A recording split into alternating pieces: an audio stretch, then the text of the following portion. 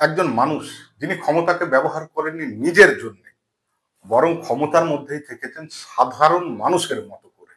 তিনি রাজনীতিবিদ ছিলেন, কিন্তু রাজনীতির কোলাহলে কখনো হারাননি নিজের মনুষ্যত্বটাকে।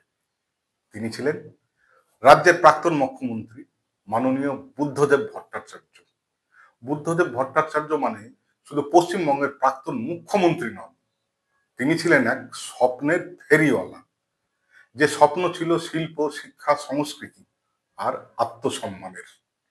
তিনি এমন এক মুখ্যমন্ত্রী ছিলেন যিনি সরকারি গাড়ির বিলাসে নয়, হেঁটেছেন বইয়ের পাতার মধ্যে।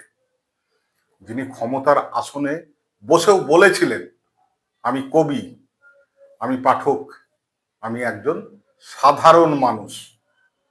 আজকের দিনে যখন রাজনীতি মানেই ক্ষমতা, দুর্নীতি আর আত্মপ্রচার, সেখানে বুদ্ধদেব ভট্টাচার্য ছিলেন নীরব, সংযত, দৃঢ় ব্যক্তিত্ব। কোনো নাটক নয়, কোনো হুঙ্কারও নয়, কাজ দিয়েই কথা বলতেন। তার আমলে বাংলায় ফিরেছিল শিল্পের স্বপ্ন। আইটি, স্টিল, অটোমোবিল কারখানা, গার্মেন্টসে প্রচুর উন্নতি হয়েছিল। তিনি চেয়েছিলেন বাংলার ছেলেমেয়েরা ভিন রাজ্যে কাজ খুঁজতে যেন আর না যাক। তিনি চেয়েছিলেন বাংলা নিজের পায়ে দাঁড়াক। তার স্লোগান ছিল, কৃষি আমাদের ভিত্তি আর শিল্প আমাদের ভবিষ্যৎ। তার চোখেই সেদিনের বাংলার যুবকরা নিজের রাজ্যে স্বনির্ভর হওয়ার স্বপ্ন দেখার সাহস পেয়েছিলেন। হ্যাঁ, তারও কিছু পদ্ধতি পদ্ধতিগত ভুল ছিল, ত্রুটি ছিল, সমালোচনা ছিল, বিতর্ক ছিল, কিন্তু উদ্দেশ্য ছিল সৎ। তিনি কখনো পালাননি প্রশ্নের মুখ থেকে।